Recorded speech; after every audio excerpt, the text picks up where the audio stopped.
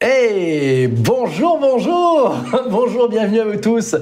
On va parler d'un sujet magnifique aujourd'hui, on va parler de data responsable. Bienvenue dans ce 5e meet-up des Changemakers. Ça ne vous a pas échappé, la data est partout.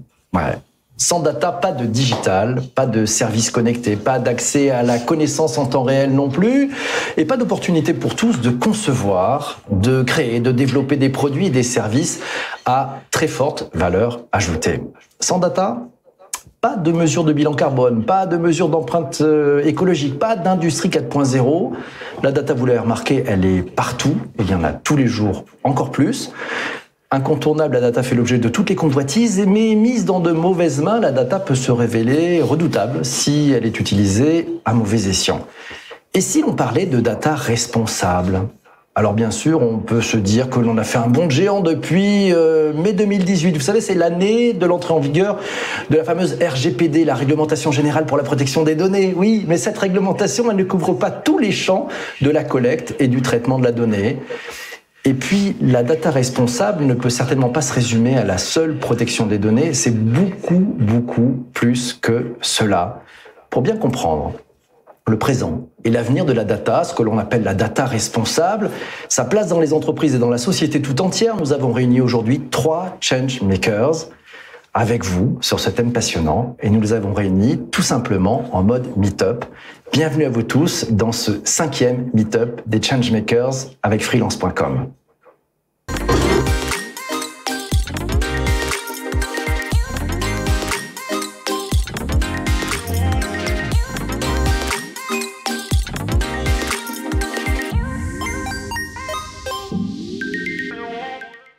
Pour vous qui nous rejoignez sur LinkedIn, soyez les bienvenus. Cette émission est interactive, conversationnelle et dynamique grâce à vos commentaires et grâce à vos questions que vous pouvez poser à nos invités.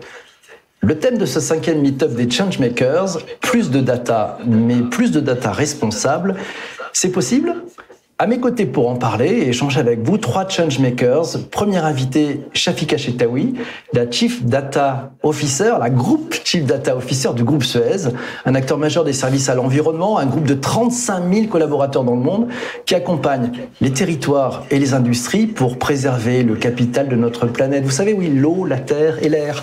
On verra avec toi, Shafika, comment la data et la data responsable contribuent à ces enjeux majeurs. Deuxième invité, David Bessot, le directeur général et le cofondateur de Infotep, une entreprise de conseil et d'édition de logiciels qui accompagne les grands comptes, les entreprises et les organisations publiques dans la gestion de leur patrimoine de données et de leur numérique aussi. Tu pourras, David, nous révéler comment les entreprises se mettent à plus de data responsable et si elles y arrivent et comment. Enfin, last but not least, notre 3e invité, notre 3e Changemakers, Xavier Perret, le directeur Azure de Microsoft France.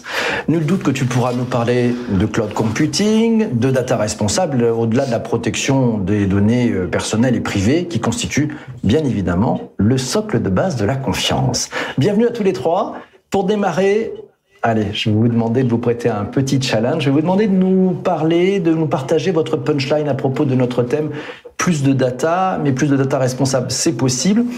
Je rappelle les règles, une punchline, c'est court, c'est précis, c'est intense, c'est comme un bon tweet. C'est comme un très bon tweet. Et pour démarrer cette séquence challenge, j'ai demandé à David Bessot, le directeur général d'Infotep, David, qu'est-ce que c'est ? Plus de data responsable, c'est quoi ta punchline à propos de ce thème ? Plus de data responsable, c'est de la data en conscience. C'est-à-dire que c'est de la data en conscience. Tu réfléchis à ce que tu fais et aux impacts que ça a. Tu récoltes pas pour récolter, tu récoltes parce que tu sais ce que ça va t'apporter derrière. Donc on cherche le sens. Ok, pas mal comme punchline, c'est bien. Shafika, il a mis la barre un peu haut. Plus de data responsable, ça veut dire quoi pour toi ? Alors pour moi, peut-être, je dirais 3 enjeux de data responsable. Il y a un enjeu d'éthique dans un premier temps. Est-ce qu'on est, grâce à la data à l'IA, on n'est pas en train de créer un déséquilibre ou une inégalité ? Un deuxième enjeu de la data responsable est plutôt l'impact environnemental. C'est vrai que chez Suez, nous, on est bien positionnés. En tout cas, on fait attention et c'est notre métier. Et le troisième, je dirais, c'est un enjeu sociétal. On n'en parle pas beaucoup, mais je trouve que aussi, grâce à la data et l'IA, il faut réfléchir à l'impact des emplois, voit, de ce que ça génère, et d'accompagner le change autour de ces métiers qui peuvent changer grâce à la data. C'est une punchline. Pardon. King size, hein. King size. Moi, j'ai trouvé ça très bien. Je coupe Elle est pas mal, mais elle est king size. C'est un sujet important. Donc, c'est un sujet. Ça méritait une longue punchline. C'est une bonne punchline. Merci. C'est maintenant au tour de Xavier Perret, le directeur Azure chez Microsoft France. Xavier, ta punchline, ton tweet, tiens, mon tweet, un mi-chemin probablement, mais d'abord c'est la data au service des personnes pour augmenter l'intelligence des personnes. Je pense que on parle beaucoup des ROI d'impact, mais c'est d'abord ce sujet-là. Et puis la deuxième, qui va rejoindre un peu Shafika, on se rejoint là-dessus, c'est la data au service qui prend en compte des externalités. Par exemple, l'impact environnemental, l'impact sociétal derrière, c'est-à-dire la capacité que ces data servent effectivement pour améliorer le bien-être et le bien-être de notre planète aussi. Pas mal. Merci à tous les trois. Vous avez pas mal résumé le sujet, mais on va pas vous lâcher comme ça, n'ayez pas peur. Je voudrais qu'on parle, après cette séquence de punchline, je vous propose qu'on rentre dans le vif du sujet, et on va parler un peu des enjeux. Je voudrais savoir quels sont, selon vous, les trois enjeux majeurs quand on parle de data responsable. Qu'est-ce qui est enjeu pour les entreprises et pour nous tous? La parole est à David Bessot. Alors, c'est compliqué parce que de la data, on en fait de toute façon et on va continuer d'en faire. C'est-à-dire que le nombre de données qu'on va manipuler dans les 10 prochaines années va être multiplié par 100, par 1000, par 1 million, etc. De toute façon, il y aura de toute façon plus de données. Donc la question, c'est est-ce qu'avec plus de données, on aura plus de problèmes? Et vu que ça fait 20 ans qu'on fait du solutionnisme technologique et que chaque fois qu'on a un problème, on choisit un logiciel pour le résoudre, en fait, on commence à se rendre compte que quand on choisit un logiciel, on produit de la donnée, que cette donnée peut être toxique, peut coûter cher, peut créer des problèmes de conformité, de sécurité, des problèmes écologiques, des problèmes sociaux, des problèmes sociétaux, etc. Donc, je sais plus quelle était ta question, mais ma réponse... Les trois enjeux, les trois grands enjeux sur le sujet. Pour moi, il y a un premier enjeu qui est d'arrêter le solutionnisme technologique. Le deuxième, c'est de réfléchir aux impacts que ça a. C'est la question d'agir en conscience, c'est-à-dire avoir conscience de ce que ça va avoir comme impact quand on prend une solution informatique, quand on externalise, quand on installe des objets connectés. Et puis le troisième axe, qui est à mon avis le plus important, c'est former, éduquer, accompagner, former, éduquer, accompagner, former, éduquer, accompagner, former, éduquer, accompagner. Je voudrais que tu reviennes un peu. Solutionnisme technologique, tu entends quoi sur ça? Ça veut dire quoi en fait?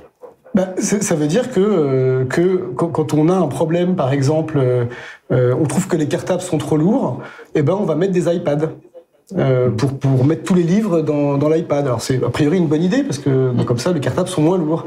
Mais seulement avoir des iPads, ça pose d'autres problèmes, des problèmes d'égalité sociale, des problèmes d'accès aux services, des problèmes de pro-perso, des choses qu'on n'avait pas forcément envisagées. Donc en fait, le solutionnisme technologique, c'est quand tu te dis qu'acheter un logiciel va résoudre ton problème et on est tous en entreprise et on sait tous qu'on a un peu ce réflexe-là. Vous savez, les publicités, il y a une application pour ça sur les téléphones. Il y a toujours une application pour ça. Vous voulez faire du sport, il y a une application pour ça.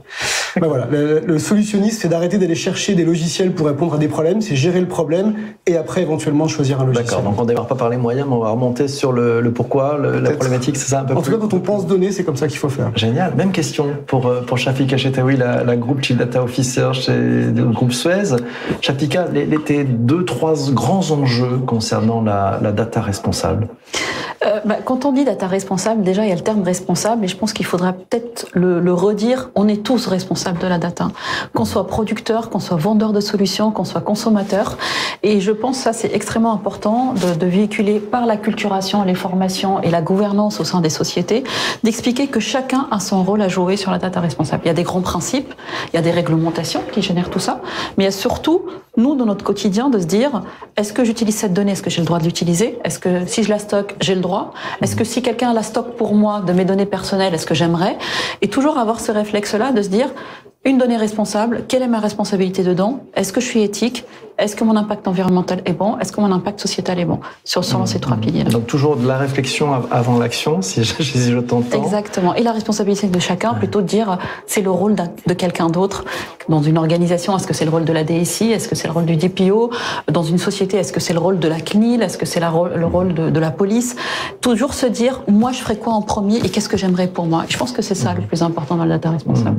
Et donc aller chercher aussi les parties prenantes pour voir comment eux perçoivent la chose, c'est ça. Exactement, passer à l'acte, c'est ça. Exactement, et compléter notre réflexion là-dessus. Mais être toujours au centre, se dire, qu'est-ce que je ferais moi pour être responsable et de quel partenaire j'ai besoin pour aller au-delà de ça dans ma réflexion. Bon, ça pose un bon débat là sur les enjeux. Monsieur Perret. On va retrouver des enjeux que dit Shafika. Je pense qu'il y a le premier point, on sait que la data devient de plus en plus accessible. La circulation de la donnée est plus importante que sa propriété. Donc cette accessibilité, bonne nouvelle, elle devient accessible pour créer de la valeur, quelle qu'elle soit. Donc la question, c'est comment elle est accessible. Tout le monde n'est pas au même niveau d'accessibilité. Donc sujet de compétences, enjeu de skilling, enjeu de métier derrière. Le deuxième enjeu, je vais le dire un peu différemment que Shafika, mais on se rejoint là-dessus. Je pense que c'est une sorte de management assertif de la data. C'est-à-dire d'avoir un pilotage serré, finalement, de l'ensemble du traitement de la data, de sa collecte jusqu'à son utilisation. Collecte, ça veut dire quoi? Évidemment, RGPD, la façon de collecter correctement ce dont on va utiliser, et pas plus que de besoin. Et puis, transmission, utilisation, là, sujet d'équité, sujet de transparence, voilà des principes qu'on voit beaucoup au sein de l'intelligence artificielle, finalement, derrière, qui est l'utilisation de la data derrière, mais qui sont vrais sur la data. C'est des principes, de transparence. Est-ce que ce que je fais a l'impact que je veux? Est-ce qu'il y a une accountabilité? C'est-à-dire, est-ce qu'il y a bien quelqu'un de responsable de ce processus-là au sein de l'entreprise? Voilà. C'est un des plus gros sujets pour moi du moment dans les enjeux de data responsable. Il y a des enjeux de gouvernance aussi, ça, Shafika. Exactement. Ouais. Alors la gouvernance, je pense qu'on va y arriver. Ce sont un peu les best practices. Comment on fait en fait la question de qu'on soit data responsable? Pour moi, la gouvernance data et IA, je mets ça dedans et peut-être qu'on peut mettre digital dedans aussi à un moment, est une de responsabilité des sociétés parce que cela montre à tous les collaborateurs d'une société de l'importance d'être data responsable, que ça devienne partie de la charte d'ailleurs de la société. Carrément, de faire de la data responsable. Et c'est quoi cette gouvernance? On parle beaucoup de qualité des données et de son exploitation, qui est un axe de la gouvernance data, mais il y a toute la partie réglementation, transparence, éthique, confiance IA, trust IA, avec toute la réglementation qui arrive, qui font partie de la gouvernance. Et quand on parle de gouvernance data, on parle d'acculturation et de formation. On en a parlé plusieurs fois, mais je réinsiste, c'est important. Et cette formation, elle est tout au niveau de l'organisation, non pas uniquement ceux qui utilisent la donnée, mais on commence par les membres du COMEX et les patrons, d'ailleurs. Et puis, un deuxième axe qui est plutôt organisationnel. Qui est responsable de quoi?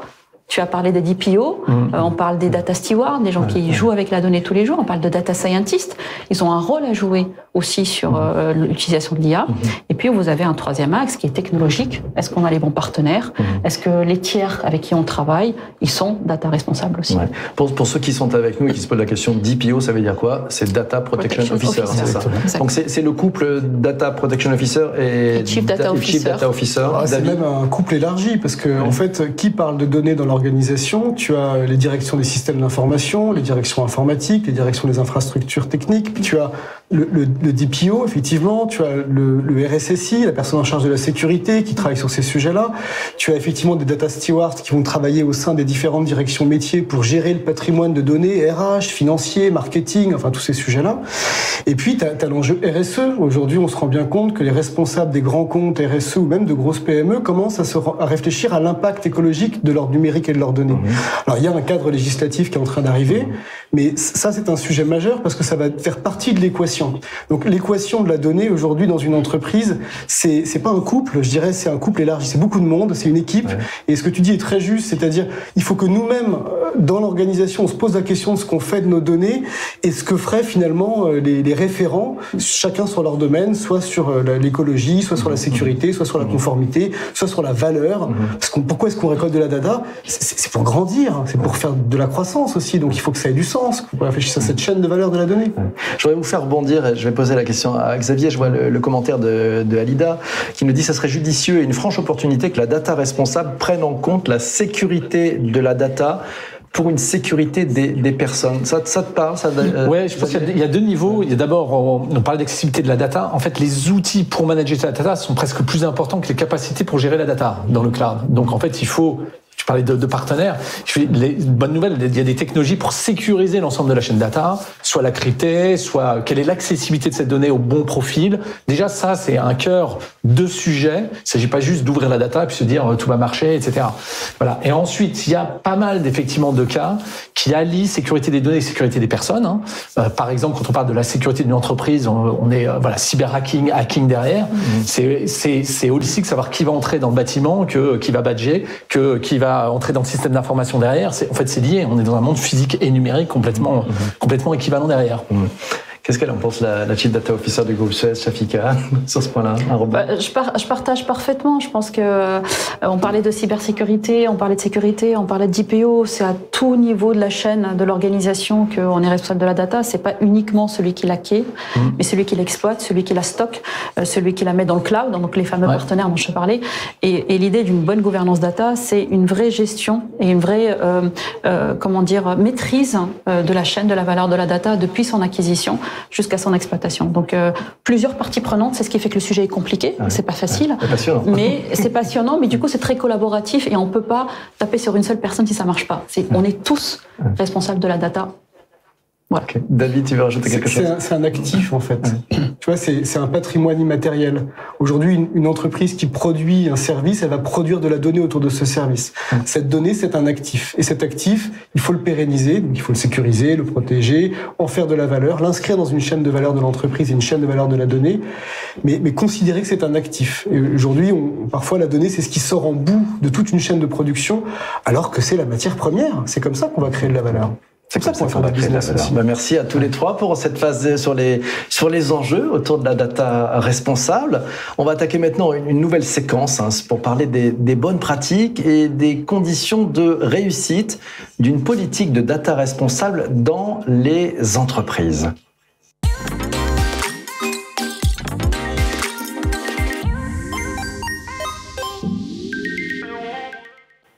Pour vous qui êtes sur LinkedIn, n'hésitez pas à indiquer en commentaire les bonnes pratiques en matière de data responsable que vous avez pu observer. On compte sur vous. On va prendre aussi vos commentaires. On va peut-être commencer cette séquence avec Shafika Chetaoui. Et Shafika, en tant que Chief Data Officer du groupe Suez, tu es à la manœuvre pour mettre en place des initiatives très concrètes en matière de data responsable. Quelles sont tes bonnes pratiques et quelles initiatives inspirantes pour celles et ceux qui sont avec nous? Quelles sont ces initiatives inspirantes que tu peux partager? Alors, le premier, on en a parlé tout à l'heure, c'est la gouvernance data, donc une vraie stratégie data dans un groupe, qui est effectivement portée par les Chief Data Officers aujourd'hui. C'est, comme je disais, de l'acculturation, donc des formations à tout niveau de l'organisation, de ce que c'est que la donnée, ses risques et ses bénéfices, parce qu'il y a les deux, et la responsabilité de chacun. Ça passe aussi par une gouvernance des projets autour de la data et l'IA, s'assurer que on le fait pour un bon objectif, que c'est pas biaisé, que c'est éthique et que c'est responsable. Donc ça, c'est le premier gros axe, je dirais, qui fait le gros du travail, une bonne gouvernance et une maîtrise de ce qu'on fait.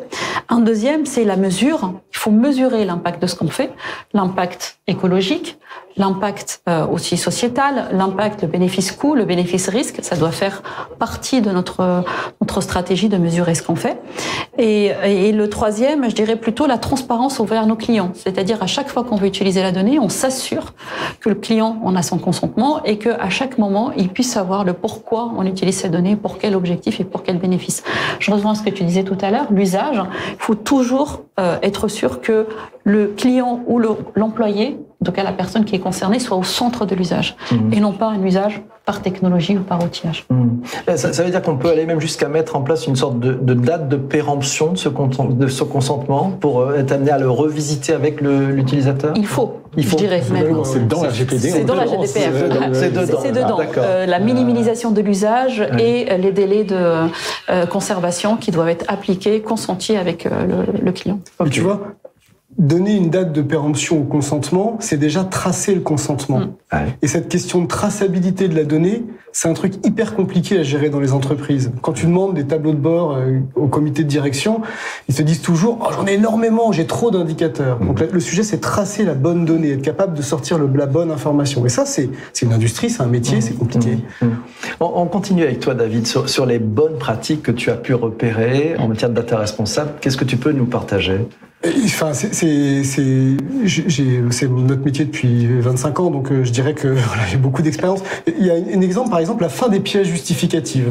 Tu vois, quand on fait une démarche en ligne dans une organisation publique, on pourrait arrêter d'avoir des pièces justificatives. Parce qu'en fait, les pièces justificatives, la plupart du temps, elles servent pas à grand chose, parce qu'on a d'autres moyens de vérifier l'identité des personnes, et elles sont stockées sur des serveurs, il faut maintenir ces serveurs, et ça génère du coût, ça génère du risque. Donc ça, par exemple, c'est un truc très concret qu'on peut faire, c'est diminuer vraiment significativement l'existence des pièces justificatives. Il y a un autre élément dans les entreprises, notamment dans les grands groupes internationaux, c'est le partage de données entre filiales. On se rend compte qu'il y a énormément d'échanges de données par mail ou avec des API qui sont extrêmement complexes. Et nous, on milite pour une plateformisation du service, c'est-à-dire qu'on va proposer à nos clients de construire des plateformes, alors des plateformes complexes qui font appel à différentes technologies, pour valoriser le patrimoine immatériel auprès des partenaires de l'entreprise, auprès de l'écosystème. Alors il faudrait que j'en parle pendant des heures, mais ces deux exemples, on a vraiment travaillé sur l'impact data au niveau sécurité, au niveau éthique, au niveau conformité et au niveau valeur.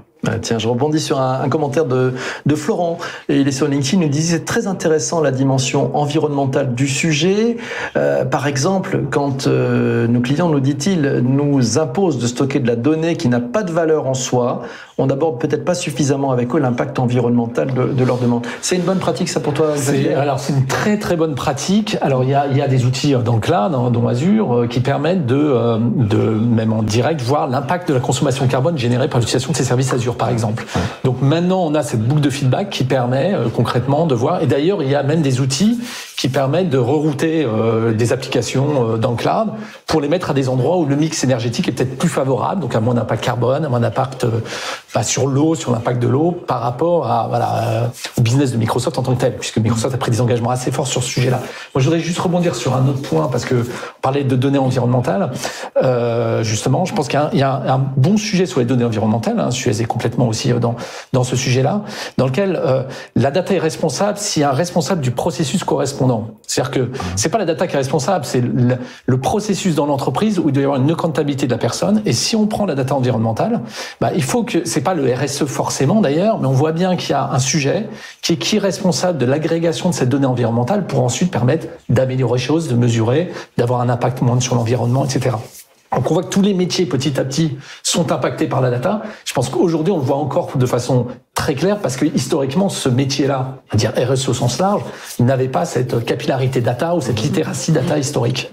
Donc encore une fois, data responsable, c'est responsable. Il faut qu'il y ait un responsable du processus de l'entreprise correspondant. Moi, je voudrais poser la question à Shafika. Tu travailles dans le groupe Suez, mais tu regardes aussi dans le monde extérieur ce qui se passe. Est-ce que tu as repéré des exemples d'entreprises qui réussissent en matière de data responsable ? Elles s'y prennent comment ? Et puis ceux qui n'y arrivent peut-être pas encore, ils devraient faire quoi pour exceller en matière de data responsable ? Alors, je vais parler de Suez déjà dans un premier temps, parce que chez Suez, on est un groupe qui sert l'environnement et être data responsable, on fait partie. On est responsable. Et il y a deux niveaux dans le data responsable. Moi, j'appelle data for green et le green data. Il y a le green data, effectivement, c'est la définition vraiment de data responsable qu'on aborde aujourd'hui. Comment j'utilise la donnée pour bon escient et que je stocke pas pour rien et que j'ai besoin de cette donnée et que l'IA que je mets dessus, elle est éthique et responsable. Il y a aussi le data for green aussi qui est important, c'est-à-dire comment cette donnée va m'aider à réduire les fuites d'eau, à recycler mieux, qui est un peu notre métier. Et je trouve que nous, chez Suez, on est bien positionnés sur ces sujets parce qu'on fait les deux. Et je parle de Azure ML notamment parce qu'on a une forte collaboration. ML Machine Learning, pour préciser. Parce que... Exactement, Azure Machine Learning. Quand on a une grosse collaboration avec Microsoft, on a développé une plateforme autour de l'intelligence artificielle qui permet à tous les data scientists de développer au sein de la même plateforme. Ça permet de mesurer l'impact environnemental, justement l'impact carbone de puissance de calcul qu'on a sur l'IA. Le fait, rien que mesurer, est une étape déjà pour la data responsable. Parce que mesurer et voir l'impact, il y a une prise de conscience. Et aussi, c'est une façon aussi d'éviter de refaire des choses. Dans l'IA, en data, on a créé des créativités les 5 dernières années et toutes les équipes veulent faire des choses. Et parfois, on se rend compte que les gens refont ce que leurs collègues font. Et de faire cette plateforme commune, on évite de refaire. Et aussi, ça nous permet de capitaliser sur des calculs existants. Pareil, impact environnemental positif. Et aussi, c'est une façon aussi de réduire le time to market de l'intelligence autour de l'IA. Donc ça, c'est aussi une bonne pratique. Gouverner l'IA très vite avant qu'il y ait l'hémorragie de l'IA un peu partout dans une organisation. Et puis, comme je disais, le data for green, c'est chez Suez, nous, on utilise la data et le bénéfice-risque ou le bénéfice-coût, il est super intéressant. Quand j'utilise une donnée pour prédire une fuite ou pour améliorer le recyclage ou pour suivre l'impact carbone, là, clairement, on est dans le data responsable. Parce que la data, même si elle a un impact environnemental du numérique, elle sert une cause environnementale très importante. Je regarde David, je sens qu'il trépite, t'as envie de réagir sur ces propos-là. Toi, t'as observé quoi? Parce que t'as un poste d'observation qui est assez très intéressant, privilégié. En plus, public et privé, donc on peut voir les approches différentes. Justement, public-privé, t'as observé quoi? S'ils prennent comment? Les meilleurs font comment? Parlons pas des meilleurs, parce que ça représente 1% des entreprises aujourd'hui qui abordent ce sujet de la donnée. Ça peut être inspirant. Oui, ceux qui réussissent le mieux sont ceux qui vont réussir à créer une synthèse, à créer une globalité. Tu parlais d'approche holistique, une approche globale autour de la donnée. Ceux qui réussissent le mieux, c'est ceux qui sont capables de comprendre que ne pas récolter une donnée, c'est gagner de l'argent. C'est-à-dire qu'être capable de tuer une donnée... Ne pas récolter une donnée, c'est gagner de l'argent. Parfois, aujourd'hui, nous, on est arrivé chez des par exemple, des très grosses PME, c'est surprenant, qui stockent des données et des données parce qu'on sait jamais, ça peut toujours servir dans des data lakes. On nettoie des data lakes. Enfin, je veux dire, on les assèche parfois et on crée plus de valeur en allant assécher les data lakes. Alors, c'est un peu caricatural ce que je raconte, mais c'est dans l'idée, en travaillant sur la frugalité de la donnée. Il s'agit pas d'arrêter, il s'agit de choisir ses combats. De toute façon, on va en avoir de plus en plus de la donnée. Enfin, la question se pose pas. Les objets connectés partout, on va en avoir. Donc la question, c'est quelles sont nos priorités. Et il faut arrêter cette boulimie et pas se laisser envahir par trop de données. Et en faisant ça, on minimise les risques et on économise de l'argent. Et nous, on voit très concrètement des budgets de DSI, des budgets de Chief Data Officer qui augmentent par un travail un peu plus précis, un peu plus fin sur la question du patrimoine de la donnée. Ouais. Xavier, chez Microsoft, tu vois aussi beaucoup de cas, de bonnes pratiques. T'as repéré quoi? Je pense qu'il y a un sujet de gouvernance assez fort. C'est-à-dire qu'effectivement, éviter, quand on a une plateforme unique, éviter de reconstruire le monde, avoir des outils pour retrouver, par exemple, je veux créer un dashboard, il existait déjà par ailleurs. Donc ça aussi, c'est des outils qui existent maintenant pour pas avoir à recompiler les choses. Ou j'ai besoin d'un set de données, mais en fait, il était déjà collecté, je vais pas le recollecter par ailleurs. Donc je pense que il y a un environnement, tout comme on a eu ce qui s'appelle FinOps, c'est-à-dire la pratique financière d'optimiser le cloud, sa consommation IT, etc. Il y a l'équivalent GreenOps qui apparaît fortement. Par exemple, j'éteins la nuit ma machine, ça tombe bien dans le cloud, je peux le faire, c'est pay-as-you-go. Donc finalement, voilà. Donc il y a tout cet environnement de pratique. Et donc ça, c'est de la culture aussi. C'est une façon de faire. Et puis c'est de l'échange beaucoup là-dessus. Et puis ensuite, effectivement, les bonnes pratiques. Là, je rebondis sur ce que disait Shafika sur le côté vraiment données environnementales. C'est-à-dire là, le côté comment j'inclus la data, mais au service finalement de mon impact autre. Je rappelle que l'IT, au sens large du terme, c'est 4%, seulement 4%, mais quand même 4%, mais seulement 4%, il y a tout le reste qu'un impact environnemental.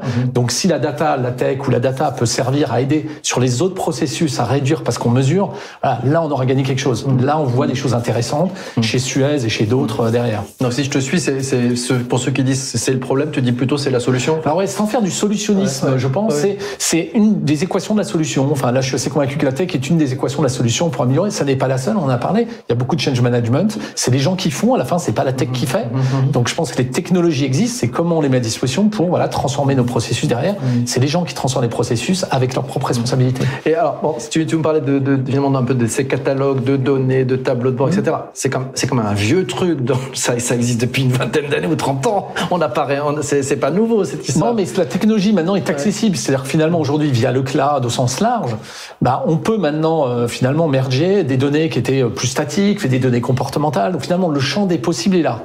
Alors, il va donner beaucoup de créativité, mais à l'inverse, il peut donner beaucoup d'abus. Donc, c'est là où on voit le champ de la data responsable, derrière. C'est qu'effectivement, c'est appliquons des bonnes pratiques dès maintenant, finalement, parce qu'aujourd'hui, c'est possible. On voit les technologies sont possibles. C'était peut-être pas le cas avant, où il y avait des mondes séparés, des infrastructures particulières siloisées, etc.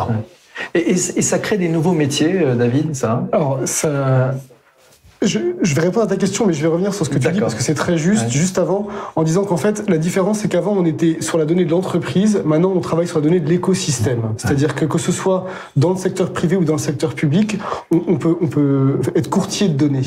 Et on peut travailler, plutôt que de conserver une donnée et de chercher à la maintenir, aller l'acheter à l'extérieur. Et on a aujourd'hui des plateformes technologiques, mais ça, Suez, vous le faites parce que vous travaillez toujours en partenariat. On a les plateformes pour faire ce genre de choses.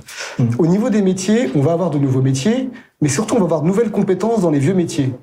Ce qui est intéressant, c'est pas les experts. Les experts, ils seront experts. Ce qui est intéressant, c'est que tous les métiers, n'importe lequel, va être amené à travailler avec de la donnée. Et la question, c'est quelles sont les compétences qu'on va acquérir. C'est un enjeu pour les DRH qui est monstrueux. Quelles sont les compétences qu'on va acquérir pour faire le même métier, mais de manière différente. Ce qui est différent des data scientists. Ce que je dis un peu, c'est qu'on sera tous un peu data scientists. Pas dans les mêmes proportions que les gens qui ont fait des écoles. D'ailleurs, marketeur aujourd'hui est très data-centrique de plus en plus. Donc, de la même métier, tous les métiers. Supply chain aussi a complètement intégré ces éléments de data, le jumeau numérique maintenant. La RSE est en train de l'intégrer. Finalement, tous les métiers d'entreprise, les RH. Voilà, donc c'est le RH responsable, ça passe par la data responsable aussi. Aussi. En fait, on va de l'intuition à la factualisation. En fait, on était dans l'intuition. Donc, je suis marketeur, je sens qu'il y a un produit qui marche. J'ai étudié le marché, j'ai regardé ma data, j'ai consulté mes clients et je vois que c'est ce produit qui marche. Vraiment, on est dans cette tendance. Et la data, elle est là pour factualiser l'intuition, je dirais. Magnifique. Un mot à rajouter, Xavier ? Oui, enfin, on parle beaucoup de données environnementales, mais ce que tu disais me fait penser à ça, c'est que pour résoudre, je sais pas, le problème environnemental, ce qui est intéressant, c'est que l'impact de l'entreprise sur son environnement, il y a plusieurs scopes, on appelle ça, celui que je gère directement, celui indirectement, c'est-à-dire mes clients utilisant mes services. Et donc pour ça, nativement, c'est un sujet d'écosystème. Je dois utiliser les données de mon écosystème, soit fournisseur, soit client quelque part, pour pouvoir mesurer ce problème-là. Et donc finalement, on est là dans un cas classique qu'ont les autres métiers aussi, qui est je ne peux résoudre mon problème d'environnement qu'en mesurant la data d'une manière complètement ouverte avec mon écosystème. C'est pour ça que là, c'est un vrai changement, c'est un vrai prisme différent.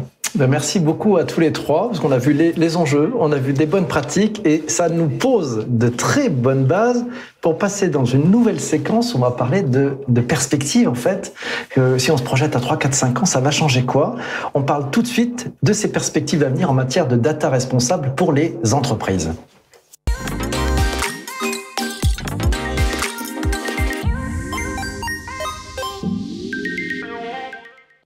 C'est le moment que vous adorez. On se projette dans le futur. Et oui, on va imaginer la data responsable dans les entreprises d'ici 3, 4, 5 ans, peut-être même plus. Et on va le faire pas tout seul, on va le faire avec nos invités.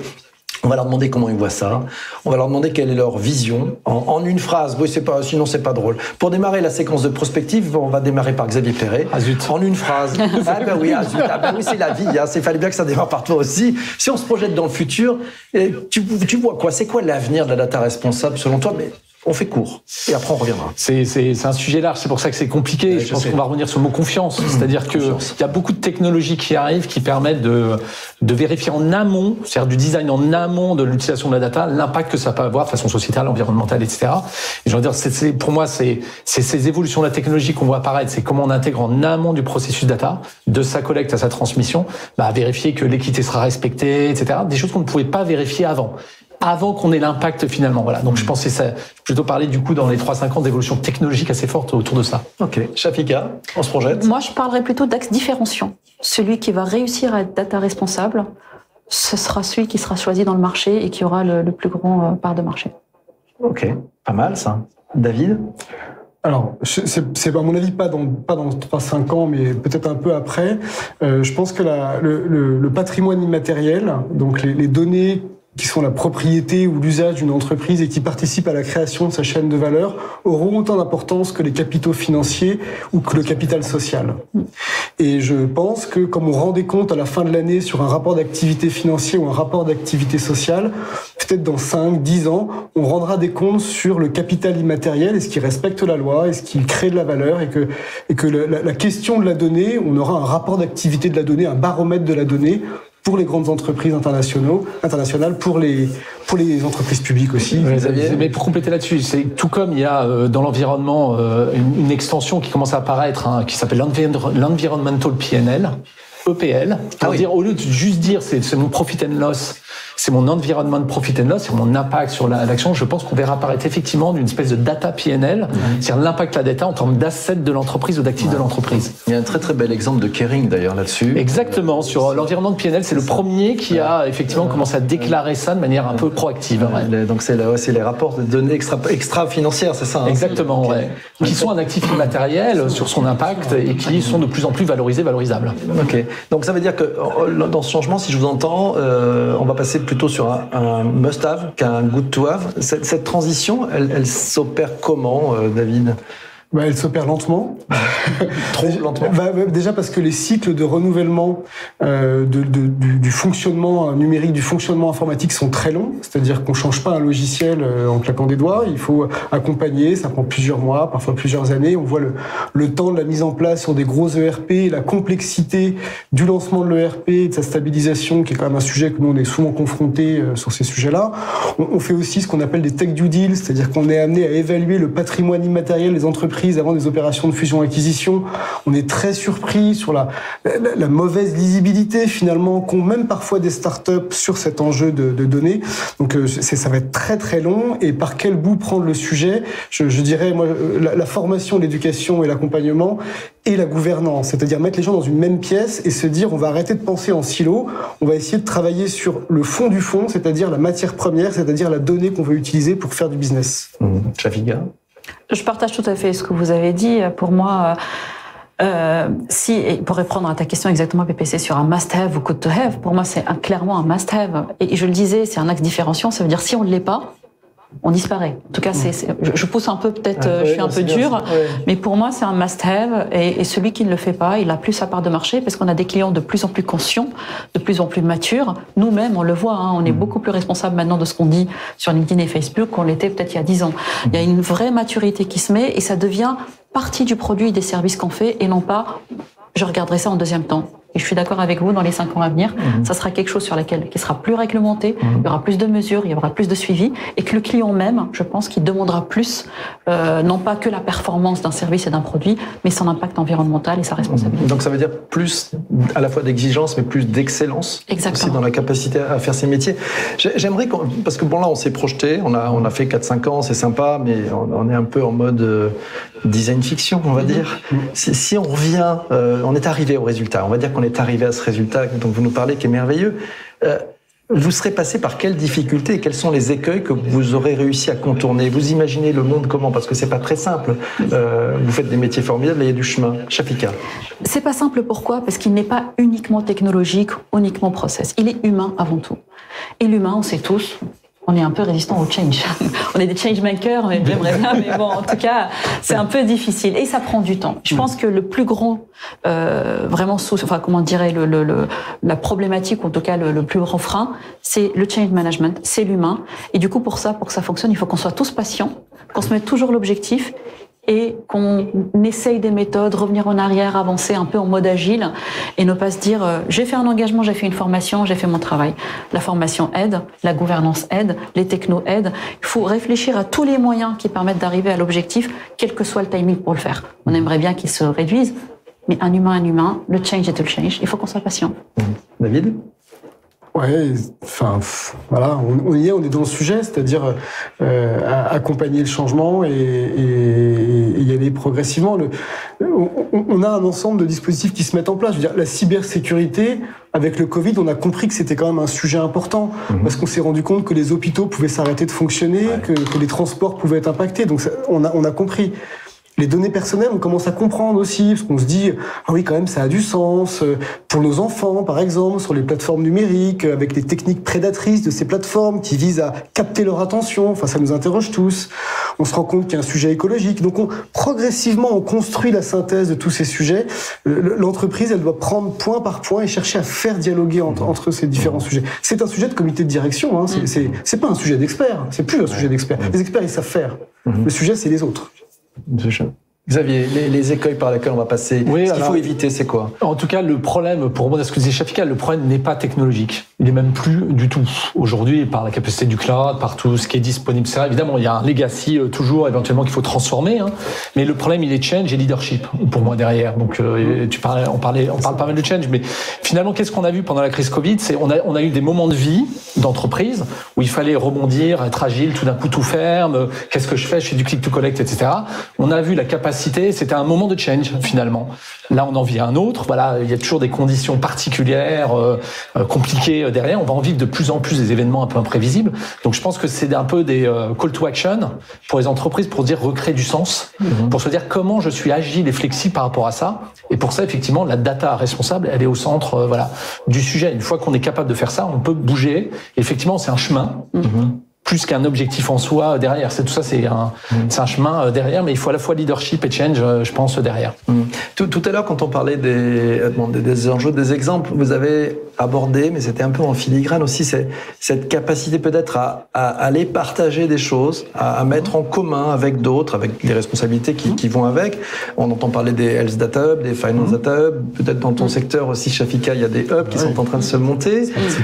David, tu vois ça comment, justement, à 3, 4, 5 ans, ces hubs, ils existent, ils ont été mis en place, ça fonctionne? C'est une nécessité absolue. Déjà, il y a une contrainte réglementaire, alors, sur le coup, qui concerne les acteurs publics et certains acteurs privés qui travaillent auprès d'acteurs publics autour de l'ouverture de la donnée.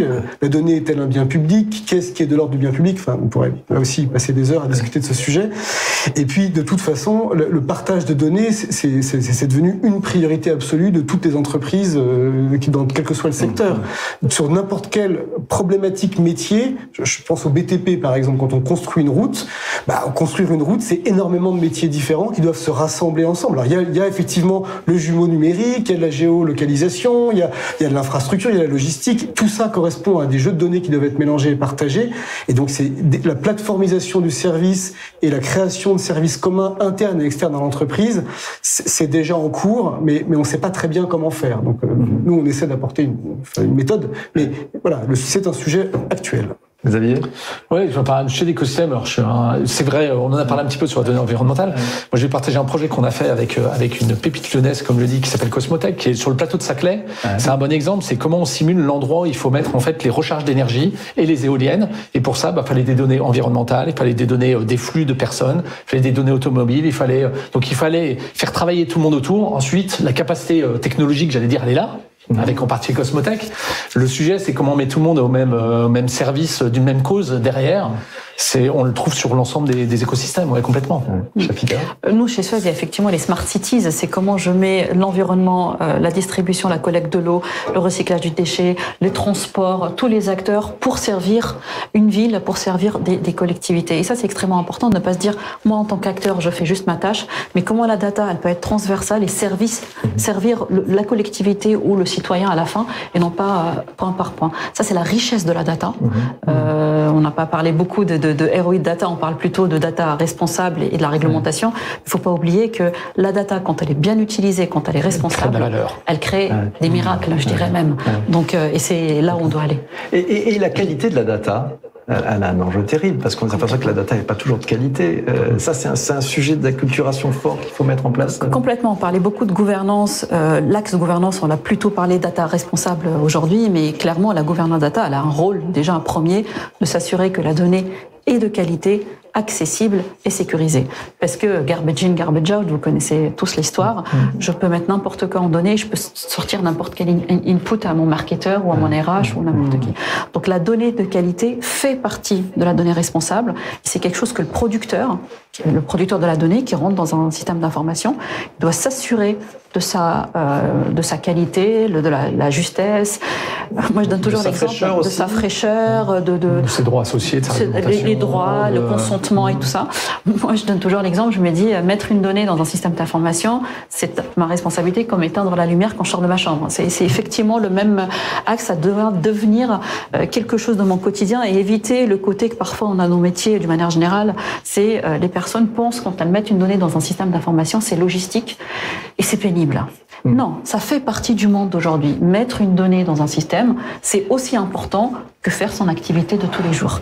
Et ça passe par l'acculturation, par le change et d'expliquer l'impact de la data et digitale pour chacun d'entre nous. Chacun a besoin de comprendre quel est l'impact pour moi. Et comment on fait, David, pour que ça crante, pour que ça soit dans tous les esprits, que ça soit fait pour de vrai, pas juste... Ouais. Je pense que c'est le sujet de tous les chief data officers du monde. Comment on fait pour que les gens vraiment soient attentifs à la qualité de données? Donc on les accompagne. Il y a un sujet de dictionnaire. C'est-à-dire qu'il faut se mettre d'accord sur ce que c'est je sais pas, une information commune qu'on va utiliser à plusieurs. Et donc la question de travailler sur la nomenclature, l'indexation, même le dictionnaire de données, ce que c'est que les métadonnées autour de la donnée, c'est des choses très importantes à faire et qui permettent de faciliter l'appropriation par les gens. Si on fait travailler 2 directions métiers ensemble sur ce que c'est par exemple qu'un bénéficiaire pour une mutuelle, on est déjà en train de leur donner une culture data et à réfléchir aux attributs numérique, data, d'une entité qui manipule. Donc c'est un moyen de les accompagner. Et peut-être pour compléter aussi, on a parlé de data steward tout à l'heure, ça passe par une organisation. Si on met pas des gens qui sont responsables aussi, les gardiens du temple, ça ne marchera pas. Donc les fameux data stewards qui sont des nouveaux rôles qu'on est en train d'implémenter au sein des organisations, ça permet de redonner le pouvoir et la responsabilité au métier sur la qualité plutôt qu'à l'IT. On a souvent dit c'est l'IT qui est responsable de la donnée est pas bonne, l'IT est mauvais. Non. L'IT, il est là pour mettre la maison. Le framework. Le framework. Si la chambre est mal rangée, c'est de la faute de celui qui vit dedans. Voilà. Et donc, les data stewards sont là pour ranger les chambres. Le point de vue de Microsoft, Xavier, là-dessus. Non, mais je pense que ça, ce qui est intéressant, la taxonomie, moi, je parlais de taxonomie, effectivement, c'est en amont, il faut que la taxonomie soit la bonne, ça. La bonne nouvelle aussi, c'est que maintenant, il y a aussi des outils pour proposer, quand on rentre dans la donnée, de dire, celle-là, elle ressemble à ça, tu pourrais l'appeler comme ça pour s'assurer qu'au sein d'une organisation maintenant, on commence à uniformiser là où l'historique. Parfois, moi je connais un groupe comme ça qui a plusieurs pays et puis ils ont le même business dans les pays mais ils n'ont pas la même taxonomie. Donc en fait, ils peuvent même pas se bencher entre eux. Voilà, donc on part parfois de là dans des entreprises derrière. Donc encore une fois, il y a plein d'outils. Il y a effectivement le processus, c'est un métier maintenant d'organiser le framework, ça c'est l'IT, d'organiser la qualité des données, ça c'est le métier, enfin un métier data qui ensuite fait face à un métier en tant que tel qui est le garant du processus. C'est un changement monstrueux dans les organisations, ça, non? Oui, ce que, comme je disais, en fait, le premier qui a vécu ça, c'est le marketing digital, quand c'était le e-commerce, etc. Il n'avait pas le choix, finalement, derrière, puisque le client lui-même étant digital, il se retrouvait avec des interactions digitales de données reciblées, etc. C'est un élargissement complet sur l'ensemble des processus de l'entreprise. Et c'est pour ça que ça pose des questions de skills, de compétences, d'acculturation derrière, et d'industrialisation, d'une digital data factory, ce qu'on voit de plus en plus, parce que du coup, on est en train d'élargir, là où c'était un petit bout pour le marketing, finalement, non, il faut que ça rentre dans le système, et en plus, on va le reporter quelque part officiellement. Ok, merci à tous les trois. On va passer à une nouvelle séquence, c'est la séquence gourmandise, c'est celle où on va interagir avec les questions des participants. C'est parti pour le jingle.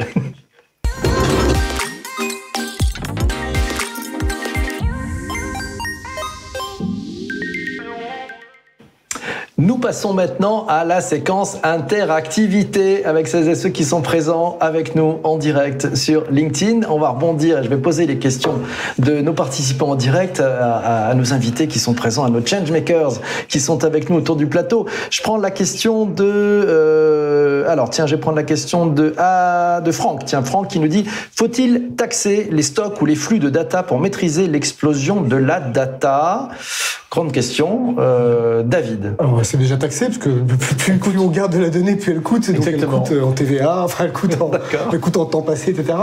Il faut aller plus loin ou pas? C'est la question. En fait, Franck, ce qu'on voit apparaître, et là, c'est un long mouvement, c'est une forme d'une approche un peu régalienne de la donnée. On va avoir des règles, on va avoir des gestionnaires, on va avoir des notaires de la donnée, on va avoir des gens qui vont travailler à structurer une branche un peu légale autour de la donnée. On aura des obligations, on aura des taxes qui vont apparaître, on aura, comme on a dans le monde financier ou dans le monde des ressources humaines, des contrôleurs qui viendront vérifier l'adéquation d'utilisation de la donnée. Donc je pense que progressivement, on tend vers une industrie qui va se clarifier, qui va se normaliser. C'est un peu ce que disait tout à l'heure Shafika, on a la période où on est un peu adolescent, puis on est en train de gagner en maturité, c'est ça?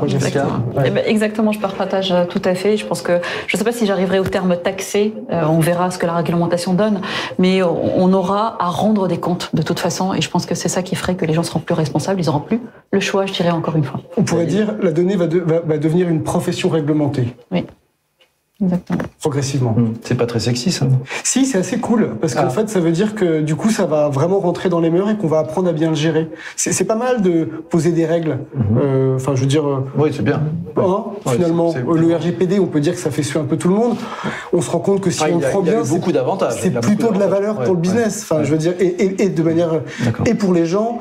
et pour les organisations, et pour la planète. Donc tout ça me semble... Donc la réglementation, c'est une belle opportunité. Il faut pas faire que ça, mais il faut savoir l'utiliser, mais oui, c'est pas mal. Ok, Xavier? On peut pas, au-delà d'une taxe ou d'une réglementation, je peux partir d'une best practice sur la taxe carbone. Chez Microsoft, on a une taxe carbone interne. C'est-à-dire qu'on a un coût de carbone estimé par rapport à nos déplacements, etc. Et si on la dépasse, elle coûte dans le PNL de l'organisation en question. Voilà, ça existe au niveau européen, ça existe, voilà. Et donc, au sein même d'une organisation, on peut imaginer, de toute façon, on taxe bien finalement nos déplacements directement au coût, puisque ça a un coût dans le PNL de l'entreprise ou de la filiale. Alors, on peut imaginer une taxe carbone. Moi, je vous encourage à mettre ça en place dans les entreprises, parce que c'est assez vertueux, puisque c'est un impact direct PNL estimé. Voilà. Et d'ailleurs, on a monté le niveau petit à petit de cette taxe carbone pour de plus en plus inciter et responsabiliser finalement les entités opérationnelles à faire attention à leur consommation au sens large, en l'occurrence carbone, émissions environnementales. D'accord. Moi, je suis un peu fou. Je me dis, est-ce qu'on peut aller jusqu'à la création d'une sorte de label, vous savez, avec les lettres A, B, C, D, E.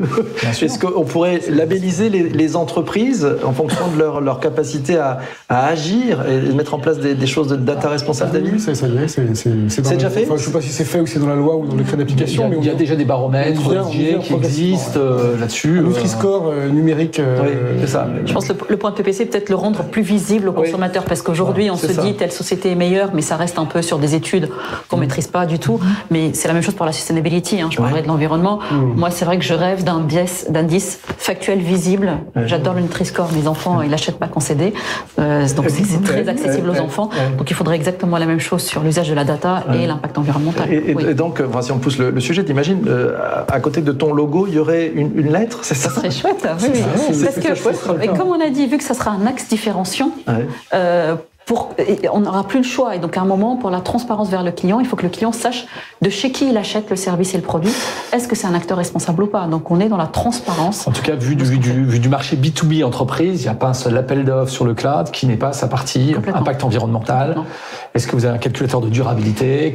Quels sont vos engagements et comment ils se reflètent derrière? C'est déjà ancré dans un mode B2B de plus en plus. Exact. Super. Je prends la question de Yasmine. Elle nous dit, parfois, les bonnes pratiques en matière de traitement responsable de la data s'opposent à d'autres pratiques au sein de l'entreprise, marketing, analyse stratégique, etc. Nous dit-elle, et quelle est la priorité dans ce cas-là? Comment on fait? C'est difficile de prioriser. David? Non, je ne dirais pas s'oppose. Je dirais il faut trouver le bon équilibre entre le bénéfice coût, bénéfice risque. Je dirais pas que c'est une opposition complète, mais il faudrait se dire qu'est-ce que ça m'apporte par rapport à ce que j'y perds sur ma marque, sur la confiance que j'ai avec mon client, sur le fait que mon client va revenir. Parce que il faut pas réfléchir juste sur un acte d'achat one shot, on le sait tous, quel que soit le domaine qu'on est, B2B ou B2C. Il faut réfléchir à la durabilité et la fidélité. Peut-être que je vais utiliser à tort pour gagner beaucoup d'argent aujourd'hui, mais peut-être que demain le client reviendra pas. Donc je dirais pas opposé, je dirais réfléchir bénéfice coût, bénéfice risque. D'accord. Autre question, parce que moi ça me fait rebondir sur la question de Yasmine, me fait rebondir sur un sujet. On fait comment pour aligner les planètes dans l'entreprise s'il y en a qui sont un peu borderline? On fait comment? Parce que il y en a qui veulent faire du business, qui dit non mais ça marche comme ça. Attends, on peut faire du business. Oui. Non, on l'empêche pas, mais il y a des pratiques un peu borderline quand même, non? Oui, après on apprend. Je veux dire, quand on a mis des voitures dans Paris, il y avait beaucoup de morts au début, parce que les gens, il n'y avait pas de code de la route, on comprenait pas, on savait pas conduire. Enfin, je veux dire, on apprend un nouveau truc. Là, on rentre dans autre chose, quoi. On apprend une autre façon de travailler. C'est plus la transformation numérique. Enfin, je veux dire, elle est encore là, bien sûr, mais c'est l'ère de la donnée, quoi. C'est autre chose. C'est un peu comme si on avait inventé l'électricité à la fin du 19e et qu'on était au début du 20e et qu'on regardait ce qui s'est passé pendant un siècle. Oui, il s'est passé des choses. La donnée, c'est pareil. On rentre dans quelque chose de complètement nouveau et donc, on fait des erreurs. C'est dans la droit de faire des erreurs et d'ailleurs, tous les régulateurs sont attentifs à ça. Mais on en parle. On en parle, on explique les impacts. Xavier? Moi, j'étais un peu plus direct que ça. Il y a des règles, il faut les appliquer. En fait, il y a pas on peut pas sans opposer business et puis réglementation ou ce qu'on veut. Mais de toute façon, il y a des impacts à ne pas être RGPD. Microsoft est RGPD mondialement, by the way, pas seulement en Europe. Derrière, et pour des bonnes raisons, c'est que ça apporte de la valeur et que ça contraint un système pour être plus innovant, créatif à l'intérieur. Donc, chez Microsoft, c'est assez clair, c'est-à-dire qu'il n'y a pas d'exception. Il n'y a pas de c'est non. Voilà, ça on peut pas. On a des politiques très strictes en termes de la façon dont on invite dans les événements, etc. Si on n'y arrive pas, si c'est pas dans les temps, on fait pas et on assume sur le coup l'impact court terme éventuel. Tant pis, mais on préfère ne pas franchir cette ligne. Je pense que les entreprises qui font ça, moi je suis assez admiratif de Microsoft pour appliquer ça, mais les entreprises qui font ça, c'est celles qui vont gagner à la fin parce qu'elles jouent sur le long terme, sur la relation client long terme, sur la confiance. Parler dans 3-5 ans de confiance, c'était mon mot tout à l'heure.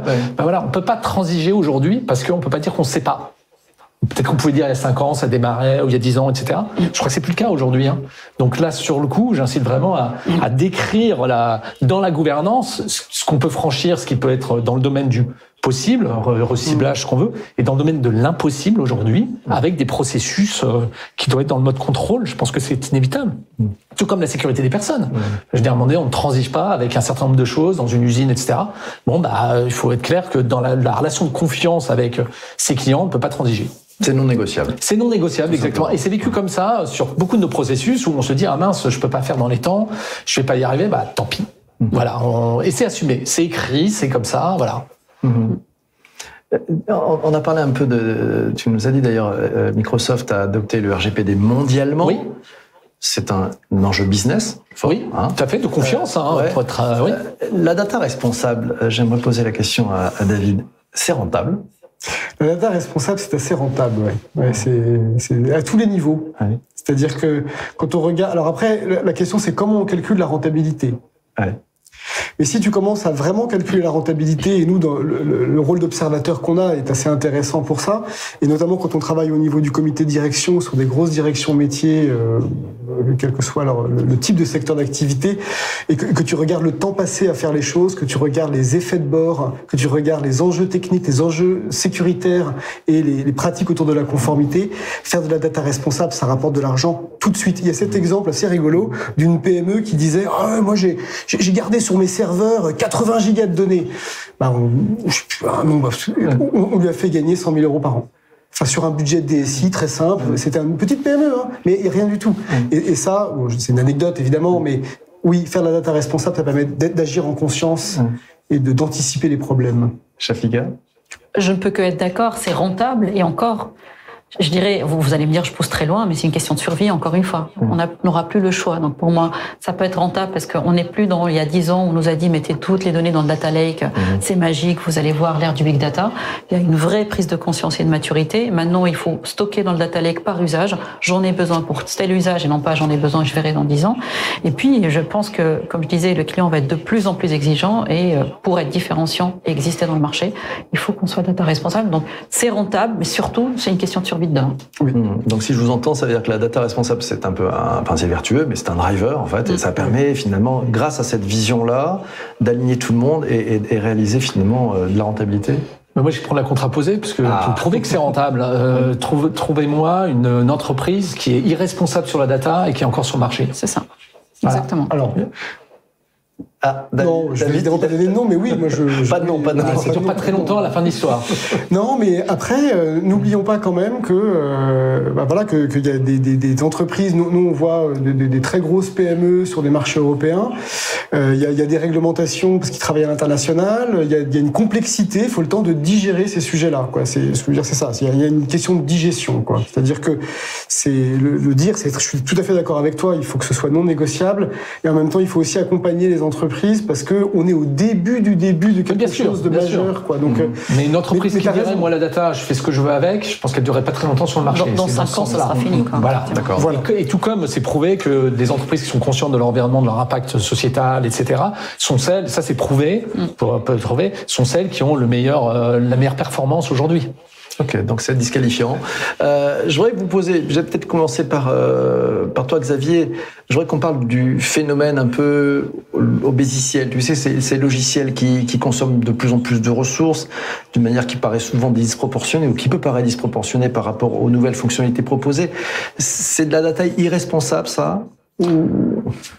Alors, ressources égale impact environnemental, etc., pour être précis. Donc, alors on peut pas nier que ces logiciels, alors Microsoft en a un certain nombre, avec Teams en particulier, etc., servent à quelque chose, servent à éviter de se déplacer, servent aussi, donc ont un impact positif là-dessus.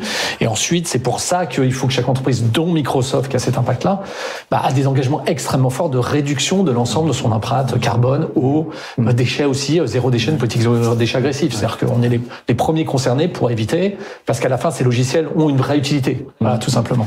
Mais ça veut dire que ça demande aussi, je dirais pour celles et ceux qui conçoivent cette fonctionnalité, du courage, c'est-à-dire de dire on accepte d'enlever une fonction qui n'a pas d'utilité parce que ça génère et d'intégrer en amont. Alors il y a toute une sustainable ops qu'on voit apparaître, green ops, c'est-à-dire le pratique de développeurs qui effectivement commence en amont à avoir des bonnes pratiques pour dire mon application, faut pas qu'elle soit trop lourde, faut pas qu'elle transmette trop de données en temps réel parce qu'en fait la transmission elle-même a un impact environnemental. Donc comment en amont de l'application on va intégrer ou faire d'innovation frugale par exemple pour éviter effectivement son impact in fine dans son usage derrière. Alors tu parlais tout à l'heure en intro, David, de solutionnisme technologique, mais justement et je parlais tout à l'heure de date de péremption, est-ce que ça veut dire que sur les produits logiciels, les applications, il y a nécessité aussi de revisiter au fil du temps, parce que tu as peut-être d'autres technologies qui permettent de le faire à plus vite et moins cher, on va dire, et moins coûteux en ressources. Il y a cet enjeu-là aussi d'être toujours vigilant sur ce qui se passe sur le marché, les nouvelles possibilités. Tout à fait. Après, là encore, en pratique, les temps de renouvellement des outils, des logiciels sont longs. Les temps d'intégration, je parle de gros systèmes, c'est une situation complexe. On ne met pas à Azure, on peut le mettre vite, mais bien le maîtriser, j'imagine que c'est des choses qui demandent de l'énergie, du temps, et c'est bien normal, parce qu'il faut bien faire les choses. Donc oui, il faut revisiter. Il y a aussi des concepts qui arrivent. On parle de privacy by design, par exemple, dans la loi, c'est intéressant, mais ça modifie en profondeur et ça demande à revisiter la façon de concevoir des logiciels. Mais pour ça, il faut former des développeurs qui aient conscience des enjeux. Il faut des solutions technologiques pour développer autrement. Enfin voilà, c'est un grand champ qui s'ouvre à nous. Et là, on a du boulot pendant longtemps sur ce sujet-là. Ouais, donc c'est encore un truc by design, quoi. C'est-à-dire de considérer qu'effectivement, l'écologie, la question de l'éthique ou la question de la privacy sont des sujets qui se conçoivent dès le début des applications. Enfin, je veux dire, c'est tellement partout que si on les met pas au cœur du logiciel, au sens propre comme au sens figuré, on passe à côté de quelque chose. Il y a une règle classique qui dit que si 80% se passe dans le design de l'application, qui peut réduire l'externalité, donc l'impact environnement, l'impact coût derrière. Le plus en amont possible. Plus on est tôt, c'est l'effet de levier. Plus on prend en compte tôt finalement cet impact-là, plus on est à même de résoudre plutôt que de le faire au dernier moment. On a un petit peu abordé avec Shafika l'intelligence artificielle. D'ailleurs, monsieur, je sais pas pourquoi on vous a pas entendu là-dessus. L'IA responsable, c'est quoi pour de vrai? Vas-y. Non, vas-y, parce que moi, je vais rebondir sur mon exemple de tout à l'heure. Ouais, mais moi, je sais pas trop ce que c'est que l'IA, tout simplement. Enfin, je veux dire, de manière très concrète, quoi. Voilà. Donc, ce qui m'interroge, c'est à quoi ça sert. Je veux dire, l'IA, le métavers, etc. C'est effectivement intéressant. On dit beaucoup dessus. Moi, ce qui m'interroge, c'est quelle pratique, quel usage, quel service ça rend, quel sens ça a.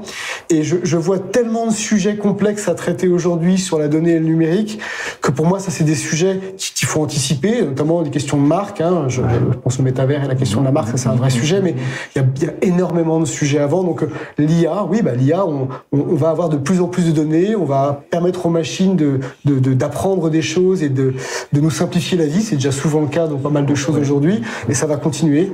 Mais tout ce qu'on a dit rentre complètement dans cette logique de développement de l'intelligence artificielle ou d'autres choses. Ouais, parce que je suis légèrement, je vais varier un peu le truc, parce que c'est un vrai sujet de maintenant, en fait, l'IA. C'est-à-dire que l'utilisation de l'IA est complètement, c'est l'utilisation de la data par des algorithmes. Mais c'est là où, tu vois, l'IA, l'utilisation de data par les algorithmes, oui. Bah si, il y a des traitements de la data. Il peut y avoir des biais, monsieur. Voilà. Et donc tout le sujet, pour moi, c'est qui est accountable de ce processus-là. Ça veut dire le processus de recrutement, par exemple. C'est un processus de, je décide ou pas qui a droit à ce prêt, etc. Donc il y a bien un impact dans notre vie de tous les jours par un traitement de la data qui peut être de l'IA, du machine learning, etc. derrière. Et là, oui, il y a des principes qu'il faut mettre en œuvre. Là, il y a des vrais sujets parce que l'utilisation des algorithmes d'IA sont complètement généralisés aujourd'hui dans plein de processus parce qu'ils ont des vraies valeurs d'automatisation, de choix, d'aide au choix, etc. Maintenant, la façon dont on les met en œuvre, c'est le vrai sujet de l'IA responsable. Quand je disais data, moi, c'était data IA et son traitement. Pas de traitement data, ça fait partie de l'IA. Par contre, il y a des principes derrière qu'il faut à tout prix en termes d'éthique, effectivement, ou morale derrière. Donc, vous avez mis un certain nombre de principes. Ouais, il y a 6 principes exactement, de façon très simple. Il y a le accountability, c'est-à-dire il faut quelqu'un de responsable dans l'entreprise. Transparence, c'est-à-dire qu'on est transparent vis-à-vis du utilisateur sur l'usage qu'on va faire. C'est-à-dire que derrière de cet algorithme, il y a la partie, on va dire, équité, c'est-à-dire comment on garantit l'équité. Ça se teste maintenant, technologiquement, ça commence à se tester. C'est l'un des plus gros sujets, voilà. Équité entre les gens, équité dans plein de manières différentes. Le côté comment on garantit que le système va produire ce qu'on veut qu'il produise. Parce que finalement, c'est une boîte noire. Donc c'est bête, mais est-ce que l'effet voulu est bien celui que j'attendais ? C'est-à-dire quand je vais tester, est-ce que la personne qui était dans cette case-là, je vais lui proposer ça correspond à ce que je voulais ? Voilà. Donc ces 6 principes de responsabilité AI qu'effectivement nous on travaille avec nos clients puisqu'on revoit tous les projets d'intelligence artificielle avec nos clients pour pouvoir les guider et dire s'il y a des sujets ou des choses qu'on pourrait recommander par rapport à ça. Chapika, toi qui avais ouvert la porte de l'intelligence artificielle. Justement, dans là que je vais rebondir sur ce que Xavier disait sur ces principes-là, et je reviens sur la gouvernance IA. On parle souvent de gouvernance data, pas encore de gouvernance IA, mais je pense que c'est une actualité. L'IA, ça devient très démocratisé dans tous les process. Et on parle pas de robots, je parle pas de métavers, je fais pas dans l'IA d'innovation. Je parle d'IA de performance, de satisfaction client qu'on fait tous les jours. Quand nous, chez Suez, on a un algorithme de image assistée par ordinateur, la computer vision, pour aider un opérateur à détecter des objets indésirables à l'entrée des incinérateurs. C'est un projet concret et c'est de l'IA. L'IA n'a pas besoin d'être magique ou très innovant pour être actif. Donc, je parle plutôt de ces projets IA qui sont une vérité et qui apportent beaucoup de valeur à nos opérateurs et à nos clients. Et du coup, pour rebondir à tes 6 points, le travail qu'on fait, notamment sur Code.ai, donc la plateforme d'intelligence artificielle qu'on a développée chez Suez, elle permet plusieurs choses. Comme je disais, c'est de mesurer l'impact environnemental de l'IA et c'est surtout de mesurer le niveau de confiance IA. Quand vous avez une gouvernance et les projets sont au même endroit et que vous avez un steering committee qui vient valider les projets qui passent en prod, qui s'assure des biais, de l'éthique, qui est du peer reviewing entre data scientists qui se revoient, là, vous vous approchez de la confiance IA. Je ne vais pas dire 100%, parce que bon, c'est un peu compliqué, mais c'est un des moyens d'arriver à cette responsable IA dont on parle tous.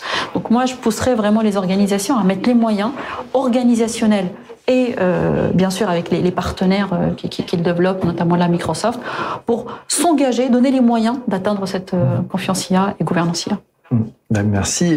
Ce meet-up enregistré en direct touche maintenant à sa fin, mais je vais quand même demander, restez avec nous, vous qui écoutez aussi ce meet-up sur votre plateforme de podcast, je vais vous demander à chacun de nos invités de nous donner son mot de la fin avant de nous séparer, et je vais démarrer par David. Moi je dirais toujours le même mot du début, c'est plus de data responsable, c'est plus de data en conscience, et avoir conscience des choix qu'on fait. Je pense que c'est vraiment le message important. Ce Changemakers, il est une consistance incroyable.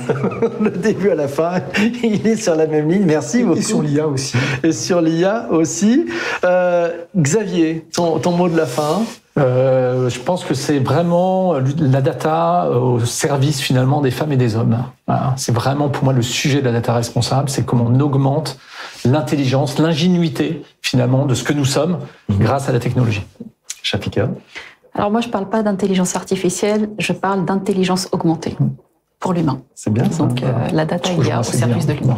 Voilà, c'était votre mot de la fin, mais on reste encore ensemble. Je voudrais que vous rebondissiez les uns et les autres sur les mots de la fin de chacun. C'est plus, oui, comme ça fait un peu de ping-pong. L'intelligence augmentée me va très bien. Ça résonne comment chez toi ? Ça résonne l'idée que c'est pas quelque chose d'artificiel, mais bien qui va augmenter la capacité à faire. Et que je crois que c'est justement la période où on est, c'est une période où on doit comprendre ce qu'on fait et pas avoir trop de boîtes noires qui font qu'on comprend pas ce qu'on fait. Et que c'est ça que je voulais mettre en avant, c'est l'importance d'agir en conscience, de savoir quels sont les impacts que ça a. Et il y a parfois des solutions qui sont très attirantes sur le plan business et technologique qui ont des impacts très lourds en termes de chaîne de valeur de la donnée. Donc, pour ça que je me permets de faire un tout petit pas en arrière en disant oui, on va faire les choses, mais réfléchissons à pourquoi on les fait, quel sens ça et quelle valeur ça propose, et pour l'entreprise, et pour les individus, ses clients, et pour la planète. Xavier, en réaction au mot de la fin de Chapika. On est assez proche, je pense. Je rebondis sur en conscience. Je pense que c'est le vrai sujet. C'est pas d'attendre qu'une réglementation éventuelle arrive et nous force à. C'est finalement d'être créatif aujourd'hui en conscience pour inventer et innover. C'est notre capacité à nous de le faire au sein de nos organisations, de nos entreprises. Plus on a la littératie finalement data ou AI, plus on est capable de transformer nos organisations pour créer de la valeur sur toutes les matières dont on a parlé, tous les angles dont on a parlé. Tu peux nous redonner ton mot de la fin, parce que je voudrais faire rebondir nos deux amis là-dessus. C'est vrai, c'était quoi mon mot de la fin? L'humain au centre. L'humain au centre. L'humain au centre, oui, la data et l'AI au service de la créativité et de l'ingéniosité des hommes et des femmes. Shafika, tu réagis comment? Je ne peux être que d'accord, parce qu'effectivement, quand je disais IA, moi, c'est l'intelligence humaine augmentée. Exactement. Il faut toujours réfléchir l'humain au centre. Je sers quelle cause? Je parle d'humain. On parle beaucoup de customer centricity, on parle d'employee centricity. C'est vraiment là le sujet. La data et l'IA au service de quelqu'un, de quelque chose, mais pas dans l'absolu. Oui, voilà, c'est difficile à résumer. Évidemment, mais après, est-ce que c'est ce qu'on a fait pendant 20 ans? J'en suis pas complètement sûr. Et donc ce pivotage, d'être capable d'être vraiment centré sur l'usage, et il y a plein d'exemples dans la presse encore hier, sur la dématérialisation des services publics, on se rend compte que la dématérialisation c'est bien, mais quand on la fait pas bien, en fait les gens ils sont en difficulté. Et ça pose des questions. Bon, c'est un exemple très basique, mais qui... Inclusion, accessibilité, je pense, voilà. Au cœur, je suis tout à fait d'accord avec toi. Mais je pense que c'est normal qu'on ne passe par là. Il faut tester, voir ce que ça fait pas, afin. Tu disais tout à l'heure un enfant qui devient adulte, c'est un peu la même chose dans toutes les technologies. On est enfant, on teste des choses, on tombe, on se brûle. Il y a un moment, on comprend qu'est-ce qui est mal, qu'est-ce qui est bien, et on fait. Je pense que l'IA et la data, on est à un niveau là où il y a tout, la techno, la conscience, les cas d'usage, qu'il faut qu'on sait choisir. Qu'il y avait il y a 10 ans, c'était vraiment big data, trop compliqué. Un petit cadeau bonus pour celles et ceux qui sont encore avec nous et qui nous écoutent ou qui nous regardent. Vous avez parlé de métaverse. Si vous deviez donner un conseil à celles et ceux qui se lancent là-dedans et avec un prisme de data responsable, ça serait quoi, Shafika? Pourquoi? Ouais. Réfléchir le pourquoi. Ça sert quoi? Qui pose les règles? C'est ça la question que tu dis? Qui pose les règles? Qui pose les règles dans le métavers dans lequel vous êtes? C'est la première question qu'il faut qu'on se Je pense pose. que c'est intéressant parce que du coup, ça donne le cadre et le paradigme. C'est-à-dire, où on va? Tu es parti pour 1 heure encore ou pas? Parce que, sur ce sujet, on peut... Il fallait pas le chauffer. C'est clair. Pas le chauffer. Tu es parti pour 1 heure en plus. Mais tu vois, le jour où l'argent que tu auras dans le métavers sera utilisé dans la vraie vie, le jour où les lois de la vraie vie iront dans le métavers, voilà, ça m'interroge et philosophiquement, je veux bien répondre à cette question, je veux bien réfléchir. D'accord, mais là, on n'a pas 1 heure.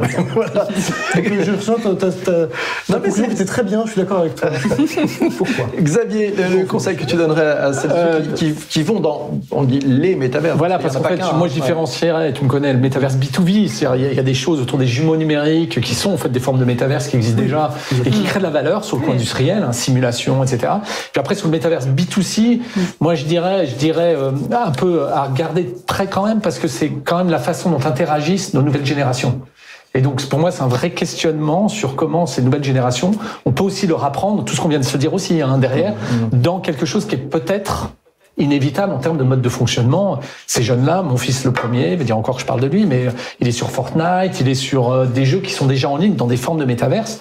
Donc, c'est bien qu'ils ont eux, des modes de comportement et d'interaction. Heureusement, pas les seuls. Heureusement, ils ont des copains, etc.